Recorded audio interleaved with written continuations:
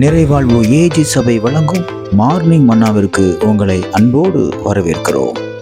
கர்த்தருடைய பரிசுத்த நாமம் மகிமைப்படுவதாக. இந்த நாளில் உங்களை சந்திப்பதிலே மிகுந்த சந்தோஷம். என கண்பான தேவ பிள்ளைகளே, அநேக நேரங்களிலே தேவன் சொல்லுகிற வார்த்தைகள் அது நமக்கு செட் ஆகாத மாதிரி இருக்கலாம். சொல்லுவாங்க பாருங்க, இதெல்லாம் நீங்க ஒத்து போகாதுங்க, இதுக்கும் அவருடைய வார்த்தைக்கும் பிரசங்கத்துக்கும் எனக்கு சம்பந்தமே கிடையாது. ஏன் எனக்கு இதெல்லாம் இப்படிப்பட்ட ஒரு காரியத்தை சொல்லணும்?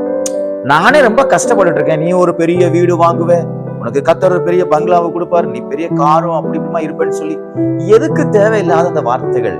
எனக்கு அதெல்லாம் தேவையில்லை. இதெல்லாம் பொய் சொல்ற மாதிரி தெரியல. என் நிலைமை எனக்கு தெரியாதா? நீ படிச்சிருக்கிற படிப்புக்கு கர்த்தர் உனக்கு ஒரு கவர்மெண்ட் ஜாப் தருவார். என் படிப்பு என்ன கவர்மெண்ட் ஜாப்? அதெல்லாம் எனக்கு எப்படிங்க? அதெல்லாம் ஏணி வச்சா கூட எட்டாது. ஏதோ சொல்றேன்னு சொல்லிட்டு வாயில வந்ததெல்லாம் சொல்லாதீங்க அப்படின்னு சொல்லி கூட உங்க போதகரோ பிரசங்கங்களோ ஜெபங்களோ அப்படி இருந்திருக்கலாம். அப்படிப்பட்ட ஒரு நிலையில் இருந்த ஒரு சகோதரியை தான் இன்றைக்கு நான் உங்களுக்கு சுட்டி காட்ட விரும்புகிறேன். வாசிக்கிற பாருங்க, 2 ராஜாக்கள் புஸ்தகம் 4ஆம் அதிகாரத்துல சொல்லப்பட்டிருக்கிறது. 16வது வசனத்துடைய கடைசி பகுதி இப்படியாக சொல்லுகிறது: உமது அடியாளுக்கு அபத்தம் சொல்ல வேண்டாம். சுனேமியாள் என்கிற ஒரு சகோதரியை பற்றி சொல்லப்பட்டிருக்கிறது. அந்த ஊரனுடைய பெண், அவளுக்கு குழந்தை பாக்கியம் கிடையாது. இந்த எலியா என்ன பண்றாருன்னா, அவங்க வீட்டுல தங்கி இருக்கும் போது இவ என்ன ரொம்ப கேர் எடுத்து, நான் வந்து சாப்பிட்டு போகணும்னு முதல்ல கூப்பிட்டா. அப்புறமா பார்த்தா எனக்குன்னே ஒரு ரூமை மேல கட்டி வச்சுட்டா.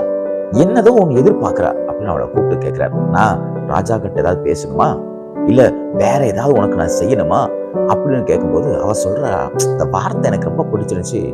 உமது அடியாள் என்னுடைய தேசத்துல ரொம்ப சந்தோஷமா இருக்கிறேன் அப்படின்னு சொல்றா. நான் ரொம்ப சமாதானமா இருக்கிறேன், மனரம்யமா சொல்றா.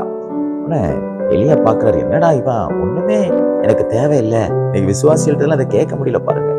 ஒரு விசுவாசி கூட அப்படி விசுவாசமா சொல்லாது, நான் நல்லா இருக்கிறேன் ஐயா, எனக்கு எல்லாம் இருக்குன்னு சொல்ல மாட்டாங்க பாருங்க.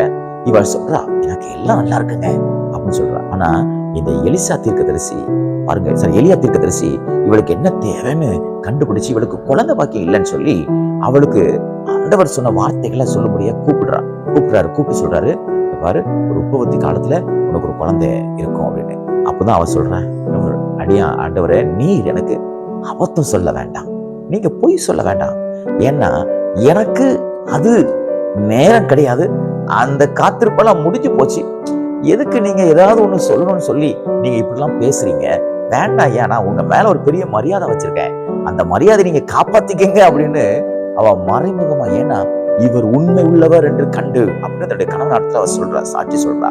இதெல்லாம் கேட்கும் பொழுது அவளுக்குள்ள ஏதோ இவரு நம்மளை உற்சாகப்படுத்துறதுக்கு, நம்மள மகிழ்ச்சியாக்கணும், இவருக்கு நம்ம சாப்பாடு கொடுக்குறோம், வீடு கொடுத்துருக்குறோம், இவரை நம்ம நல்லா கவனிக்கிறோம், இவர் மேல அன்பு வச்சிருக்கோங்கிறதுக்காக இந்த வார்த்தையை சொல்றாருன்னு சொல்லி நீங்க எனக்கு பொய் சொல்ல வேண்டாம் அப்படின்னு சொல்லும் போதுதான் இந்த எலியா தீர்க்கதரிசி சொல்றாரு, இல்ல, ஒரு உற்பத்தி காலத்துல நான் வருவேன், அப்பொழுது உன் மடியில ஒரு குழந்தைய வச்சிருப்பேன்னு சொல்றாரு.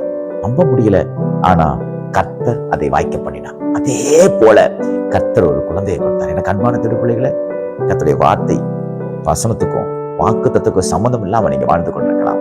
கர்த்தர் உங்க கூட பேசின வார்த்தைகள் அது எப்படி நடக்கும், அது எப்படி ஆகும், இதுக்கெல்லாம் சாத்தியமே கிடையாதுங்கிற ஒரு சூழ்நிலை கூட காணப்படலாம்.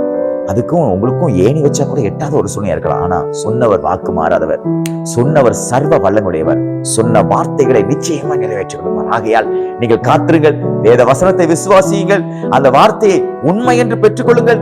அவைகள் உங்களுக்கு நித்தியமாய் ஒரு அற்புதத்தை கொண்டு வரும். இந்த நாள் உங்களுக்கு தேவனிடத்திலிருந்து ஆச்சரியமான அற்புதங்களை பெற்றுக் கொள்கிற நாளாக தேவன் மாற்றி கொடுப்பாராக. God bless you.